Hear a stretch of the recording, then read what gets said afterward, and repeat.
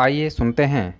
सिद्धार्थ के बुद्ध होने की कड़ी में उनका अपनी पत्नी यशोधरा और पुत्र राहुल को सोते हुए छोड़कर चले जाने की सर्वविदित घटना के पश्चात यशोधरा के मनोभावों को व्यक्त करती श्री मैथिली शरण गुप्त विरचित एक अत्यंत प्रसिद्ध कविता सखी वे मुझसे कहकर जाते।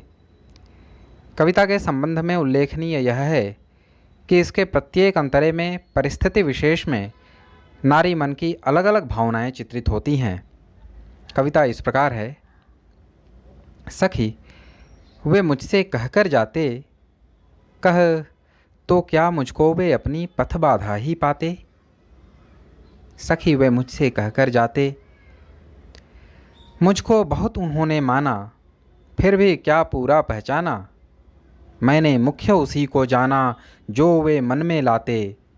सखी वे मुझसे कहकर जाते, स्वयं सुसज्जित करके क्षण में प्रियतम को प्राणों के पण में हम ही भेज देती हैं रण में क्षात्र धर्म के नाते।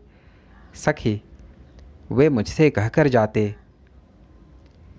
हुआ न यह भी भाग्य भागा, किस पर विफल गर्व अब जागा। जिसने अपनाया था त्यागा, रहे स्मरण ही आते। सखी वे मुझसे कहकर जाते,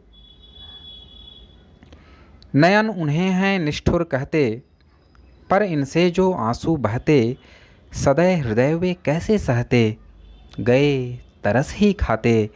सखी वे मुझसे कहकर जाते, जाएं सिद्धि पावें वे सुख से, दुखी न हो इस जन के दुख से।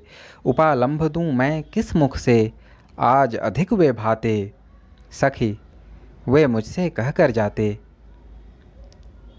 गए लौट भी वे आवेंगे, कुछ अपूर्व अनुपम लावेंगे। रोते प्राण उन्हें पावेंगे, पर क्या गाते गाते। सखी वे मुझसे कहकर जाते। सखी वे मुझसे कहकर जाते।